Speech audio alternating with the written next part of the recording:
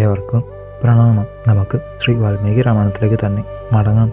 മഹർഷീന്ദ്ര വാക്പ്രഭാവത്താൽ സ്വവീര്യ ജ്ഞാനമറ്റ ഹനുമാൻ സൗമ്യഭാവത്തോടുകൂടി പർണശാലകളിൽ നടന്നു.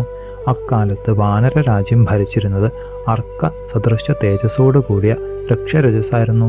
ബാലി സുഗ്രീവന്മാരുടെ പിതാവായ അദ്ദേഹം അനേകകാലം കപിനാടുവാണ് പരലോകം പ്രാപിച്ചു. വിഘ്നന്മാരായ സജീവന്മാർ പിതൃസ്ഥാനത്തിൽ ബാലിയെ അവരോധിച്ചു.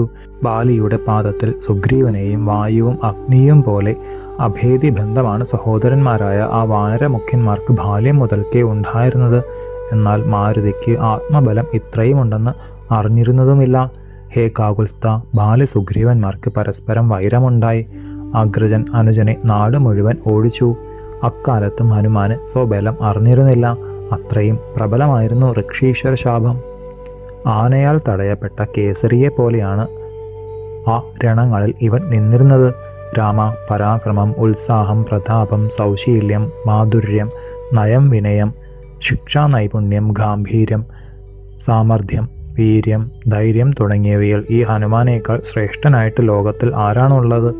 അമേയ ബുദ്ധിമാനായ ഇവൻ സൂര്യന് അഭിമുഖമായി നിന്ന് ഗ്രന്ഥക്കെട്ടുകളെടുത്ത് ഉദയാദ്രി മുതൽ പിന്നോക്കം നടക്കും. വ്യാകരണശാസ്ത്രം മുഴുവൻ ആദിത്യനിൽ നിന്ന് പഠിച്ചത് അസ്തമനാദ്രി വരെയും നടന്നിട്ടാണ്. സൂത്രം, വൃത്തി, അർത്ഥം, പദം എന്നിവയോടുകൂടി ഭാഷ്യം മുഴുവൻ ഈ കപീന്ദ്രൻ പഠിച്ചിട്ടുണ്ട്.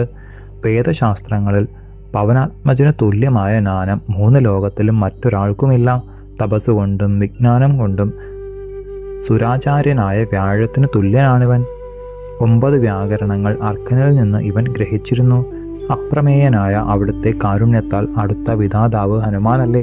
മഹാപ്രളയകാലത്തിലെ അലകടൽ, ലോകാവസാനത്തിൽ എല്ലാം ചാമ്പലാക്കുന്ന അഗ്നി, യുഗാവസാനത്തിലെ അന്തകൻ, ഇവയുടെ നേരിട്ട് നിൽക്കുവാൻ കഴിയുന്നവനുകൂടി ആഞ്ജനേയരെ തടയുവാൻ സാധ്യമല്ല. രഘുവീര, ഇവനെ പോലെ അതുല്യവീര്യ പ്രഭവരായവരാണ് സുഗ്രീവൻ, മൈന്ദൻ, ദിവിതൻ, നീലൻ, താരൻ, അംഗദൻ, നളൻ, രംഭൻ തുടങ്ങിയ കപീന്ദ്രന്മാരും. അങ്ങയെ സഹായിക്കുവാൻ വേണ്ടി ദേവവര്യന്മാർ സൃഷ്ടിച്ച മഹാന്മാരാണ് ഇവർ. അങ്ങ് എന്നോട് ചോദിച്ചതിനൊക്കെ വിശദമായ ഉത്തരം ഈ ഹനുമാൻ ബാല്യത്തിൽ ചെയ്തതെല്ലാം ഞാൻ പറഞ്ഞു കഴിഞ്ഞു. ബ്രഹ്മർഷി വര്യനായ അഗസ്ത്യൻ്റെ വചനം ശ്രീരാമലക്ഷ്മണന്മാരെയും വാനരന്മാരെയും അസുരവരന്മാരെയും അത്ഭുതപ്പെടുത്തി. ഭഗവാൻ അഗസ്ത്യർ വീണ്ടും തുടർന്നു. ഹേ രാമ, അങ്ങയെ കാണുവാനും സല്ലപിക്കുവാനും ഞങ്ങൾക്ക് സാധിച്ചു. ചോദിച്ചതിനെല്ലാം ഉത്തരം പറഞ്ഞു. ഇനി ഞങ്ങൾ പോകട്ടെ. തേജസ്സേറിയ ബ്രഹ്മർഷിയുടെ വാക്കുകൾ കേട്ട ശ്രീരാമചന്ദ്രൻ കൈകൂപ്പിക്കൊണ്ട് അരുളി ചെയ്തു. ഭഗവാനെ, എൻ്റെ ഈശ്വരന്മാരായ അച്ഛൻ, മുത്തച്ഛൻ തുടങ്ങിയവരെല്ലാം സന്തുഷ്ടരായി തീർന്നു. ഉത്തമോത്തമന്മാരുടെ സംസർഗമാണല്ലോ എനിക്ക് സിദ്ധിച്ചത്.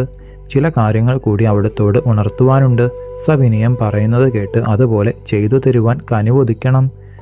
യതിവര്യന്മാരായ നിങ്ങളുടെ മഹിമയാൽ ഞാൻ പൗരന്മാരെയും നാട്ടുകാരെയും സ്വസ്വധർമ്മങ്ങളിൽ ജാഗരൂകരാക്കി തീർത്ത് യജ്ഞങ്ങൾ ചെയ്യുവാൻ ആഗ്രഹിക്കുന്നു. അത്യുഗ്ര തപസ്സി എന്ന ഭഗവാനും മറ്റുള്ള മുനീന്ദ്രന്മാരും എൻ്റെ യാഗകർമ്മങ്ങളിൽ സദസ്യരായിരുന്ന് അനുഗ്രഹിക്കുവാൻ കാരുണ്യം ഉദിക്കണം. കഠിന തപസ്സുകൊണ്ട് സർവ്വപാപങ്ങളും നശിച്ച അവിടുത്തെയും മറ്റും സമാശ്രയിച്ച് ഞാനും പിതാക്കന്മാരും സുഖം നേടിക്കൊള്ളാം. അതുകൊണ്ട് പ്രതിദിനം ഈ രാജധാനിയെ സംശുദ്ധമാക്കുവാൻ നിങ്ങളുടെ തൃപ്പാദങ്ങൾ ഇവിടെ സ്പർശിക്കണേ.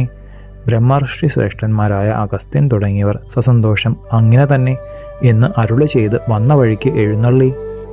യാഗാദി സത്കർമ്മ നിർവഹണത്തെപ്പറ്റി ചിന്തിച്ചുകൊണ്ട് രഘുവരൻ നരനാഥന്മാരെയും വാനരേന്ദ്രന്മാരെയും മറ്റും പിരിച്ചയച്ചു. സൂര്യൻ അസ്തമനാദ്രി പൂകി യഥാവിധി സ്നാനം, സന്ധ്യാവന്ദനം തുടങ്ങിയ ദിനകൃത്യങ്ങൾ ചെയ്ത് രാത്രിയിൽ അന്തപുരത്തിലേക്ക് രാജരാജനായ ശ്രീരാമചന്ദ്രൻ പ്രവേശിച്ചു. ധർമ്മം തന്നെ മനുഷ്യരൂപം എടുത്ത് അവതരിച്ചവൻ എന്നുള്ള കീർത്തി പരത്തിയ ശ്രീരാമദേവൻ അയോധ്യാനരനാഥനായി പട്ടാഭിഷേകം കഴിഞ്ഞ 1ാമത്തെ രാത്രി അവസാനിച്ചു.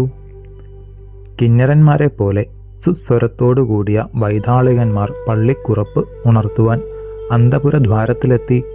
അതിസൗമ്യതയാർന്ന വന്ദികൾ വീരരാമരാജേശ്വരനെ ഹർഷപുളകത്തോടെ സ്തുതിച്ചു. ഹേ ത്രിലോകവീര, മഹാസൗമ്യ, കൗസല്യാനന്ദ വർദ്ധന, രാജരാജേശ്വര, സൂര്യദേവൻ ഉദയാദ്രി പൂകുകയായി. അവിടുന്ന് ഉണർന്നാലും നരദേവ, തിരുമേനിയുടെ സുഷുപ്തിയിൽ സർവ്വലോകങ്ങളും ഉറങ്ങിക്കഴിയും.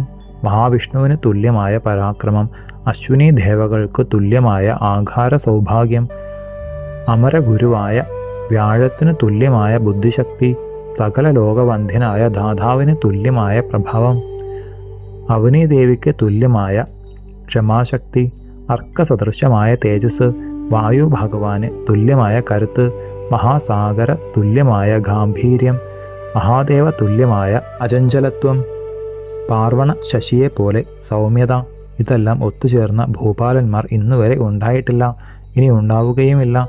ധർമ്മകൃത്യനിരതനും പ്രജാഹിതം ഏകുന്നവനുമായ അവിടുന്ന് അത്രമാത്രം ദുർദർശനാണ്.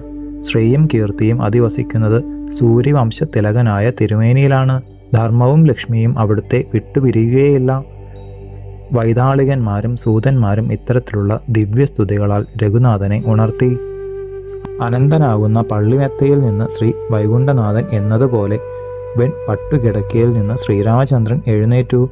പ്രജാപ്രമുഖന്മാരായ അനേകം പേർ വന്ന് ആ ദിവ്യരൂപത്തെ കൺകുളിർക്കെ കണ്ട് തൊഴുത് നമസ്കരിച്ചു. വെള്ളിക്കുടങ്ങളിൽ നിർമ്മല ജലം നിറച്ച് വളരെ പേർ എത്തിക്കഴിഞ്ഞു. നീരാട്ടു കഴിഞ്ഞ് അഗ്നിഹോത്രാദികൾ യഥാവിധി ചെയ്ത് മഹാപ്രഭു ക്ഷാഗുവംശ സംസേവിതമായ ദേവാലയത്തിലേക്ക് അതിവേഗത്തിൽ എഴുന്നള്ളി. ദേവദ്വിജ പിതൃപൂജാദികൾ കുലോചിതമായി കഴിച്ച് രാജകീയ സദസ്സിലേക്ക് പൗരവൃന്ദങ്ങളാൽ ആവൃതനായി എത്തിച്ചേർന്നു. ശേഷം ചരിതം നമുക്ക് അടുത്ത ഭാഗത്തിലൂടെ കാണാം. ഗുരുപാദങ്ങളിൽ സാഷ്ടാംഗ പ്രണാമത്തോടെ നമസ്കാരം.